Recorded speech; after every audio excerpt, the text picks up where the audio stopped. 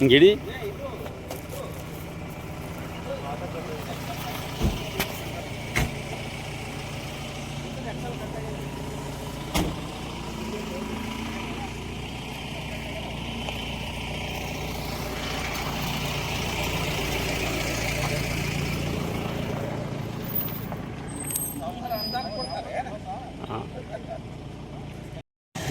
ಇವತ್ತಿನ ದಿನ ಸಿಂದಗಿ ಟು ಕಲ್ಕೇರಿ ಹೋಗುವಂಥ ರಸ್ತೆ ಬ್ಯಾಕ್ವರ್ಡ್ ಮಧ್ಯದಲ್ಲಿ ಅನಾಹುತವಾಗಿ ಈ ರಸ್ತೆಯ ಹಾಳಾದ ಕಾರಣ ಗುಂಡಿಗೆ ಸಿಗಿದ್ದು ಅದು ಎಕ್ಸೆಲ್ ಕಟ್ಟಾಗಿ ಇವತ್ತು ಅನಾಹುತ ತಪ್ಪಿದೆ. ಸಾಕಷ್ಟು ನೂರಾರು ಜನರ ಒಂದು ಪ್ರಾಣ ರಕ್ಷಣೆಯನ್ನಾಗಿದೆ.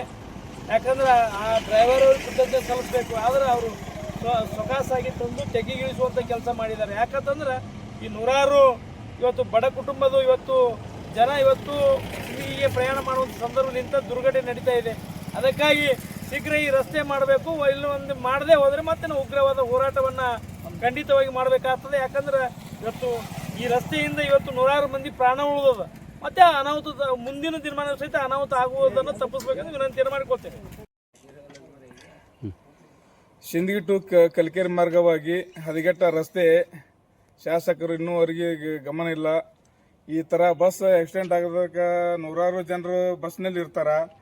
ಅವ್ರಿಗೆ ಅನಾಹುತ ತಪ್ಪದ್ರ ಯಾರು ಹೊಣೆಗಾರರು? ಸ್ಥಳೀಯ ಶಾಸಕರು ಈತ ಕಡೆ ಗಮನ ಕೊಡಬೇಕಂತ ನಮ್ಮಲ್ಲಿ ಶೀಘ್ರದಲ್ಲಿ ಮಾಡಬೇಕು. ಶೀಘ್ರದಲ್ಲಿ ಈ ಕೆಲಸ ರಸ್ತೆ ನಿರ್ಮಾಣ ಮಾಡ್ಬೇಕಂತೇಳಿ ಅವರಲ್ಲಿ ಮನವಿ ಮಾಡ್ತೇನೆ.